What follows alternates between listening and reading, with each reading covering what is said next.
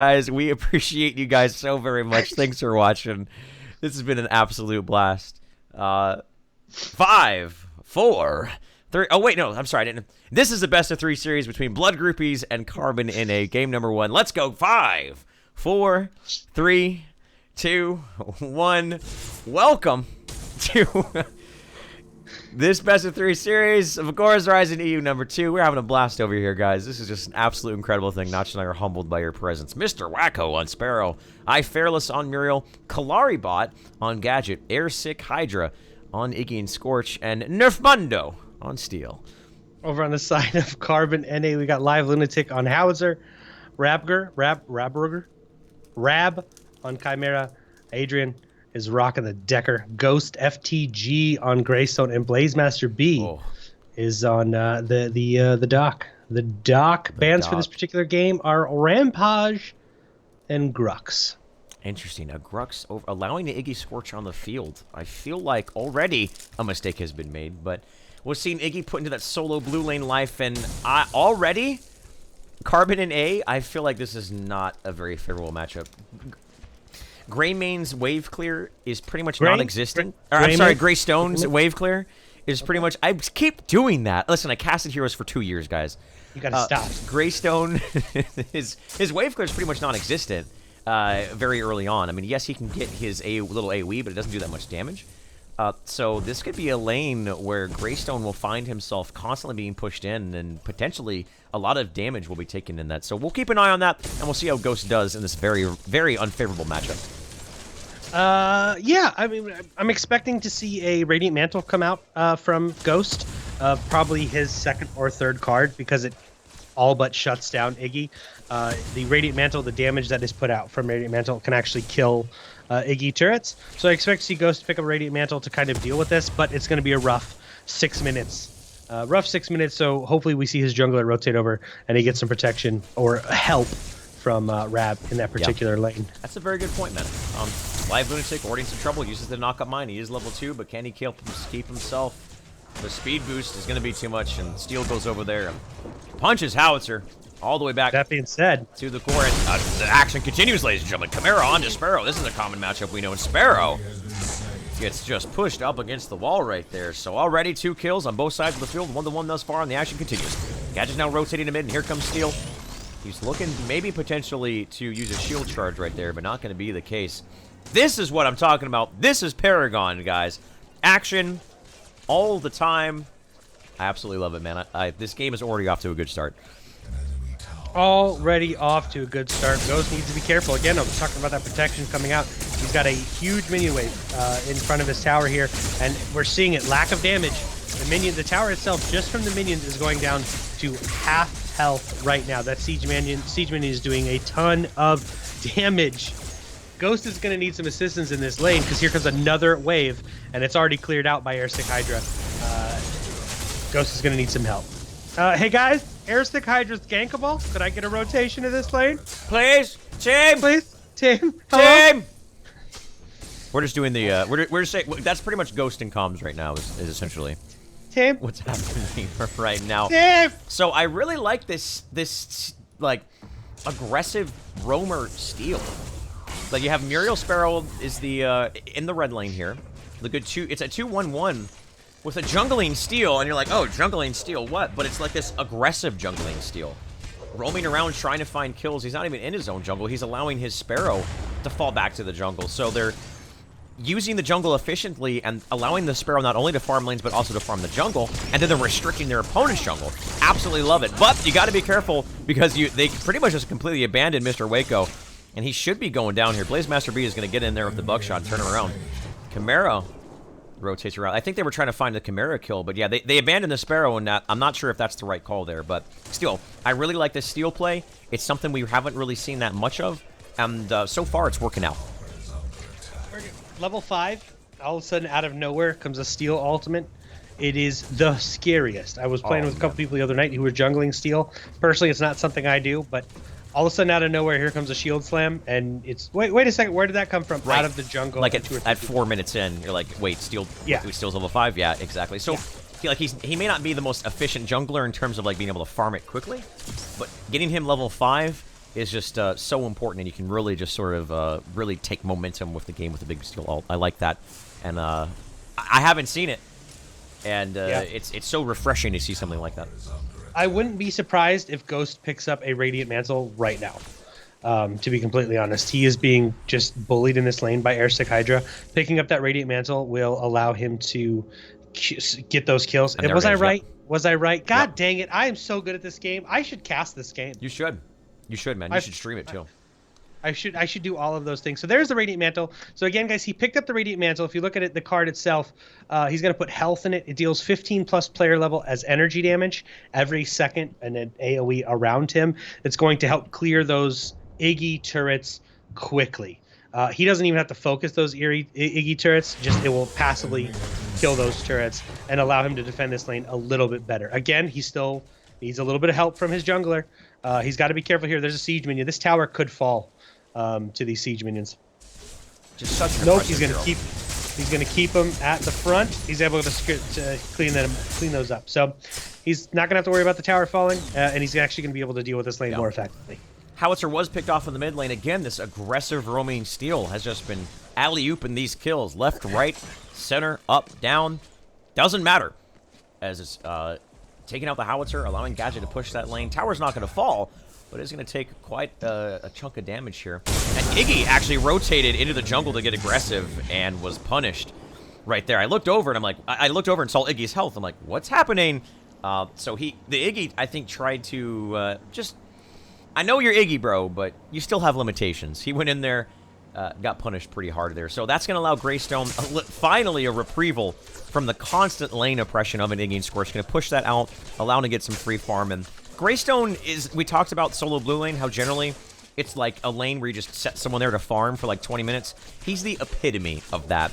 He can't really be terribly impactful, but once he gets a couple damage items and one survivability item, he's so hard to deal with. Yeah, he really is. I'm sorry, I was watching chat. It just got very Notch After Dark quickly in there. Oh, I mean, hey, that's your thing, man. It's woo is all I have to say. I like you said, Live Lunatic has actually been killed twice. He's been picked up here twice. We've seen solid rotation out of steel. Him and Kalari bot, they've been securing these kills. We're seeing that slow. We're seeing the bomb, and they're able to secure these kills on Live Lunatic. Early off for me, Gadget has such better push than Howitzer. Howitzer gets to the point though where he starts to pick up those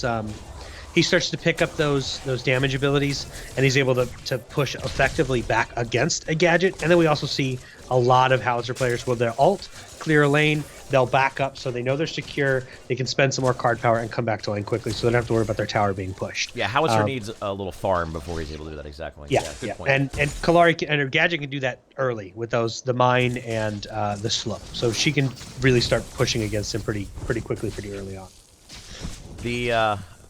The Raid Mantle really has given Ghost a means of just dealing. Yeah, he just walks over and instant dies. Not only his Radiant Mantle, but as well as his little whirlwind spin to win their ability. Yeah. So he's got the tools to deal with it now. It's still very difficult to deal with, but at least he can keep his tower alive. Over here on the red lane, though, Murdoch was taken out. Apparently, I'm just missing all the kills today, guys. I apologize. Well, don't worry. We'll see a team fight eventually. You just have to trust me that what went down was really incredible, and it was very hype. You just have to believe me, man. You just gotta believe me. So Ghost is still having to be careful here. We're probably I would possibly pick up a Toon Barrier, give himself some of that energy resistance and a bit of health to deal with Airstick Hydra a little bit more before we see him go into a damage item, because he is actually taking quite a bit of damage. Of course, it's from the minions as well. It's not just the Iggy. Here comes a Flame Belch. He's going to leap out of it so he doesn't get knocked under that tower. He does have his ultimate, but he doesn't want that to come online right now. Don't use that second life if you don't have to. So again, we'll see him there, and then again, turret just falls. Those turrets are getting melted, so it's helping, but it's still Iggy. It's still something to be worried about. Airstick is no mana right now, very low, but it's going to be interesting to see how that lane plays out here. Live Lunatic mid lane here, still taking a ton of damage from Kalaribot, being very aggressive against Live Lunatic, and we're just seeing what we see out of these EU teams. Yes, we have a Carbon NA, but the EU guys, they're very methodical. They not very aggressive early on. We don't see the aggression come out till about 15-ish minutes. Yes, they've picked up a few kills from this steal, but still being methodical, still trying to get up that farm, and then we'll start to see a little bit more rotation out of these guys and picking up these fights. So despite the fact that Ghost is doing a considerable better job at dealing with the Iggy turrets, he's still, for him to be on top of those Iggy turrets, he takes a lot of damage. So he has his ultimate, but I don't know. I mean, that's such a long ultimate. You might want to be saving it, but he's going to go in there. Iggy doesn't have much mana. And all the meanwhile, there is a fight on the other side of the map here as you watch the Resident Sleeper fight here. As Chimera's going to go in, jump on top of Iggy, and I think they finally are going to be able to punish this oppressive Iggy. But Paul is going to put the nail in the coffin. Iggy's down. Again, more retrieval for the Greystone. We did see a moment ago they were able to pick off Murdoch there. Blazemaster B taken out. They're going to push this tower. Adrian showed up, but Decker, I don't know if she necessarily has the appropriate wave clear. If another minion wave shows up and there's a siege minion, it could be that tier 1 tower in the red lane. Well, black buff as well on Sparrow. Yeah. One more attack and that will kill that. So black buff is a dot. Every time you basic attack, you apply a dot. That dot does base 150 damage minus the armor on the towers. Yeah, it's gonna go down. But every time you auto attack, you refresh that dot. Yep. So you attack and then it ticks 3 or 5 times, and then you back off. So they were able to secure that 2 auto attacks, able to secure that kill. Greystone over here, that he was able to, they got that kill on Iggy, and now he's pushing out this tower a little bit. It's a little bit more than half health, or at half health right now. He is just going to back off. He's got some card power to spend. I'd like to see him pick up a Toon Barrier here, to be completely honest. Deal with a little bit of that energy damage coming out of Iggy. Or just some form of tank ability, and that's exactly what he's going to do. They add him an edge, which is a great supplemental. It gives you that damage as well as some supplemental health, and that's a pretty common theme for most of your fighters, except maybe the exception, really only exception is Richter, where you want to build like 2 or 3 damage items with a little bit of supplemental health, and that's where your adamant edges and your Amulet of the Veterans come in. So maybe a Rust Breaker as well is something we see quite frequently on Greystone. Because Greystone does have that 2 lives, sometimes Greystone players favor delaying the damage mitigation until a little bit later.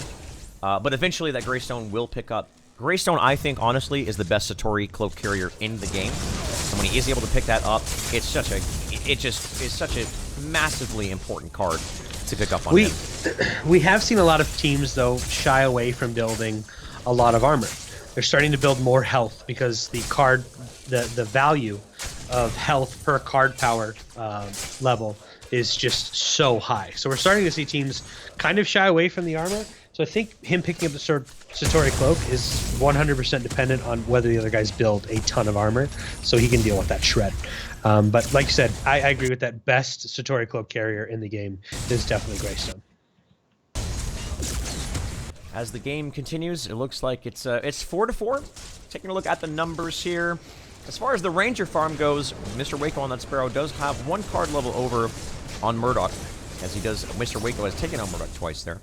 Not the biggest of deals, but of course you always want to be careful. Sparrow's one of those heroes that if she can hit this point of tankiness, you can play so aggressive with her, man. I love seeing it on her. I love seeing a Sparrow just get a little bit of a lead and just take off with it here. Once again in mid lane, black buff and red buff, rather, are here on Sparrow. They're looking to do something, see if they can find another tower or something like that. Murdoch is all by himself in the desolate land of the red lane. Has got to make sure not to overextend or anything like that. But giving that, there sort of is a silver lining to hold that thought. Reversal of fortune onto Iggy. Ghost is caught in a very precarious situation, as that's not your tower, bro. He's gonna have his ultimate go down. The Iggy turret should be able to proc on him. And he actually doesn't have his ultimate. Okay, so he actually gets taken out right there. I didn't realize Greystone didn't have his ultimate. That's a big kill with the black buff. They should be able to pick up this lane. All the meanwhile, though, in mid lane, we did see the big steal ult onto the Chimera. Can they get a reprisal kill? They were able to pick off the gadget. But oh no, the shield slam actually knocks him up to the high ground, and is actually might give him means of getting away, and it will. So Steel was looking to turn that around and make it a 1-for-1, but it's going to be a 1-for-0 in the mid lane. Howitzer has rotated from the mid lane to try to deal with this push. They're not going to commit. This tower is going to remain standing. This tower, I think, is actually going to fall here. There's too much damage coming out. Airsick Hydra's coming back around. It's so close. It's not gonna... Is it? Yes! I was correct, thankfully. He saved it. Paragon bot. Shane, it was so close. The Paragon bot saved it. The Paragon bot off, saved it. Paragon Can we have a little... Well, so Paragon bots here. Feelings for just one thing. Thank you. So. The bans, guys. The bans for this game were Rampage and Grux. Oh, I don't know why I think that's so funny. So Murdoch, taking a look at his build. Oh, baby, this is a card that I absolutely love. Oh God, Shane, are you all right? Oh, maybe this is Shane After Dark. Blink Shot, guys. This is the biggest like playmaking card in the game, hands down. With that being said, you can look real stupid if you don't use it right. You can go in there and be like, oh, I'm going to secure this kill, and then I'm going to blink shot, I'm going to secure the kill, I'm going to blink shot, get the kill, and then blink shot again, and then you blink shot in, and you, like, miss your buckshot, and then you're just sitting there with a 5-minute cooldown blink in the middle of an enemy team. It's like, uh-oh. So it's a very, very, it's a double-edged sword in all sense of the word. So I'm going to keep an eye out for big plays from Blazemaster B. We'll see what he can do. Otherwise, his build, very traditional. The Staff of Adamant, which is the Energy Adamant Edge variation. A little bit of health, a little bit of damage.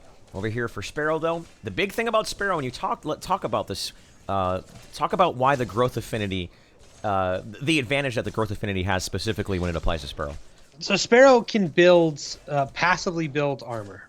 We've seen a lot of Sparrows where they build multiple green weaves, multiple spike bone blades, because they're passively building that armor, but they're still gaining all of the damage they want to get. Now, that's maybe not be the case because of these shred cards coming in, but it just allows her to passively continue to build up armor while building damage. I'd like to see her go into a little bit more health right now.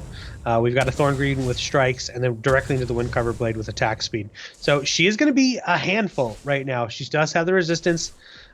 With the way her E works, every time she lands an attack, she does bonus damage. Oh, he ulted from the low ground, but it's not going to be the case. Blazemaster B caught out. He's going to go for it. The Chimera goes, and with a blink shot! He uses it defensively, but it keeps him alive. That's all that matters. The Decker containment fence used defensively and kept the Murdoch alive. The big double man stun. No follow-up from it, though. I thought that Murdoch was dead as dead could be, but the blink shot... It is a 5-minute cooldown. It's a very, very long cooldown. He had to use defensively, but he still kept himself alive on the field. Very important, especially when you're fighting from behind when the opponent's ranger is ahead of you. Yeah, good blink shot out of there. Rab was trying to get that jump on the leap, and right before he landed, the blink shot went off and he escaped.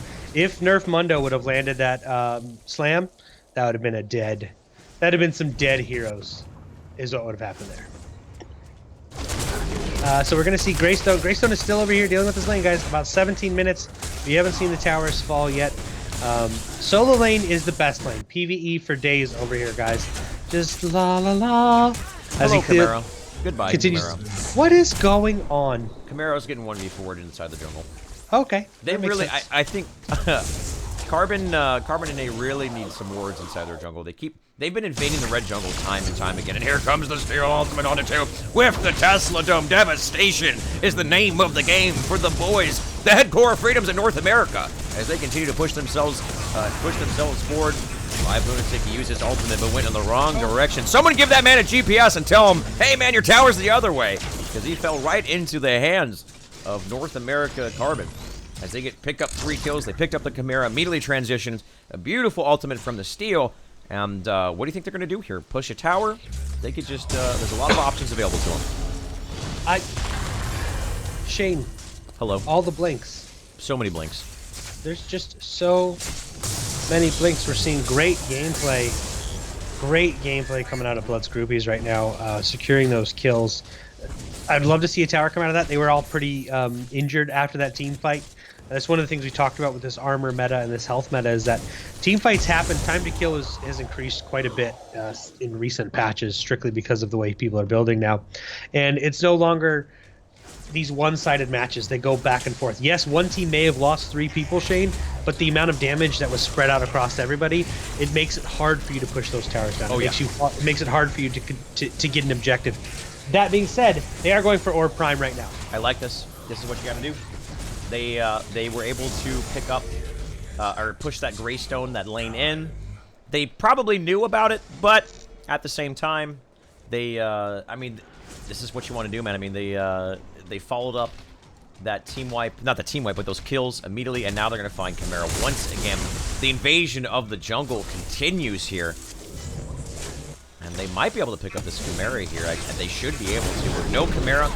Chimera's that threat that you worry about. Chimera's that big burst. Watch out for, he's the guy that your team is scared of when you go into a fight. And when he's not on the field, we might start seeing a little bit more, teetering on reckless aggression with him being off the field with prime cards activated and a power play of 5v4. Yeah, 70 seconds before he's back up. Prime card's activated. They have a minion wave here. They've got Fairless and Sparrow here. This tower is going to fall. Or Prime activated. 5 auto attacks. There goes the tower. So tier 2 tower down. I don't think they're going to continue to be aggressive. They know 3's rotating over here, so they are just going to back. But good pick off right there, picking up Chimera in the jungle. Let's take a look at the numbers, Joshua. Okay. Let's take a look at the numbers. 39 card points on the Miss Everdeen Sparrow. 24 for Blazemaster B Murdoch. That is a margin where, ooh, that's hard. That's Browntown bad, as I would say, man. We've got 3 wind cover blades and a blink charm on Sparrow, by the way. That's the way to go, dude. All Z attack speeds. So, all Z attack speeds. Tell us. I frequently say that Sparrow benefits from attack seed more than any other hero. Why exactly is that? It's her E ability, that passive. The more attacks you can land, the more damage you do. So you look at your hail of arrows, you look at her ultimate. Every time you land those attacks, she just does more damage, more damage, more damage. So the more she can attack, the more she can land those, just the more damage she's gonna do. Blazemaster B's just getting the ultimate right here. Huge ultimate coming out again. There's going to be the zoning ultimate coming out from Live Lunatic, but again, Orb Prime's still activated. This tier 1 tower is going to fall. A ton of damage coming out of Sparrow right now, and they're going to continue to be aggressive. They don't have a minion wave, so they need to be careful here and not dive this tower. Yes, Orb Prime is activated. They have a good card power lead, but look at the damage coming out again onto Live Lunatic. That was 2 basic attacks. Yeah. It took about 25% of Live Lunatic's health. They're just waiting for the minion wave here, and this is going to go they're going in. They're going to defend the tier 2. Nerfmundo, don't forget he doesn't have the seal, but they're just going to bring down. That's the power of the Orb Prime that they took from the Prime Guardian, and now Gadget. The Reversal of Fortune is going to keep him alive. Very quick on the trigger to pull that off. They want to make sure that the Gadget is still alive and didn't get caught out. And now the inhibitor under siege. There's the ultimate. It's their howitzer ultimate. He needs to get it going, but I think it's on cooldown. Ghost goes in there, but immediately gets blown up. Actually get knocked up. Pretty big knock-up right there from it. Here comes Chimera. Chimera's back on the field, but Greystone has got to be careful. He only has 1 life to his name. Not necessarily the tankiest thing in the world. The power of Iggy and Scorch. Clearing out those waves, forcing out the tower shots. Ghost is going to win there. The Steel ultimate in the back line onto Live Lunatic. They're not even focusing the inhibitor. They're going for kills. They're putting on a show for us, ladies and gentlemen. And down he goes. Iggy and Scorch with the Flame Belch onto Chimera, looking to try to take him out. The inhibitor's still alive. They're still fighting under this. They don't care. They just want to get themselves some kills. Get themselves on RGS Ace highlights. Top 5 plays of the week, I don't know, but definitely making it look good. A triple. As Chimera does take out Sparrow, but still the damage is done. And if Blazemaster B goes down, this could be devastating an inhibitor and possibly the game. And that is going to be the inhibitor. What a team fight right there. They were fighting underneath the inhibitor for what feels like upwards of 15 to 20 seconds. Rip. Steel goes down. Josh, Shane, are you there? so many things just happened right there. Tell us about it. So, first of all, let's talk about inhibitors for just a second. Just a quick minute, Epic, if you're watching. The fact that they were able to juggle the damage the way they did and fight under that inhibitor the way they did, let's tweak the damage a little bit. That being said, yes, Prime Karn was activated for just a few minutes under that tower. They do have a card power advantage. They got very aggressive under that inhibitor. Iggy kept dropping turrets and was actually pulling damage back to himself, backing out, and they were just juggling damage. They did secure the kills there, but a lot went into securing those kills. I think if they would have focused on the inhibitor and got out, they could have got a little bit more out of that. But great gameplay coming out of Blood's Groupies right now. Just solid gameplay. There's again, I wish there was a little bit of a penalty for diving towers like that, but again, they focused on getting those kills and were still able to secure that inhibitor. They didn't lose any towers. They lost 1 tier 1 tower for it, but lanes are still pushed in their favor. So yep. Great gameplay. So I think you're mentioning the structural integrity of inhibitors. And, you know, just a patch ago, the structural integrity of the towers and inhibitors were even worse. But Yes. I think, you know, thinking about throughout the history of Paragon and so on and so forth, because you brought up a good point. Think about the overall structure and integrity of everything that's gone on inside of the Paragon scene. Nothing has ever been as weak as the chair you're sitting on right now! Exclamation mark for the chair, ladies and gentlemen. So back to the game. That's so hurtful. So, Shane, before they had, since you said back to the game, Yep. before towers, they did stacking damage. Yes. The longer you underneath a tower, the more damage you took. They got rid of that. They made towers also fire faster, but they nerfed the damage when they did that as well. I would love to see the mechanic of the stacking tower, and you're posting it in chat. I would love to see the stacking come back for towers. That way we do see that damage, and it makes diving these inhibitors and diving towers a little bit more of a, gives you a defender's advantage, if you will. Because currently that's not there. Ghost is going to go in and try to steal this. He's not going to be there in time. Kalaribot's going to be able to pick it up. Ghost is alone. He may fall for this. His ultimate is online. Yep, now, well, it was. And it was. Past tense. And he should get taken out right here. He probably was like, hey guys, I'm going to go check the Orb Prime. Oh god, they're all here. We've all done that before, right? We've all done that before. We're like, are they doing our prime? I don't know. Let me go check. And they're all 5 in the shadow pool. Shit, they are. I believe that's just what happened there. But right now, man, Blood Groupies are in firm control of this, and they're gonna. Looks like they want to push down their right lane, and they can play this slow if they want to. But I don't think they're thinking. These guys have no signs of that. Steel ultimate. It's on to Adrian, knocking it back. They got to be careful of the ultimate here. If they group up, there could be there. She does go down. They're all inside of this. Thankfully, they have that Orb Prime. Look at Live Lunatic just going right in there. But still, maybe if the Prime Orb wasn't been on, that would have been really, really big. But they're all so tanky with the Centurion Prime card, as well as the overall just tankiness of their card builds thus far. They needed that several times over prior to the Prime Orb being activated here. So no Greystone, no Decker. 5v3. This is not looking good for our North American comrades here. He is in there. Chimera's trying to do what he can, but it's just not going to be too late. The Flame Belch. Oh, the reversal of fortune. Chimera, you were a good friend indeed, and now over to Blaze Master B. Someone give that man a speed boost. Someone give that man anything he can do. And also, Howitzer gets taken out. Blaze Master B lights it up, and 420's blink charge himself away. But that may be the end of game number 1 here, Josh. As 4 people are dead. The core is getting focused down. GG to Blood Groupies. Wow,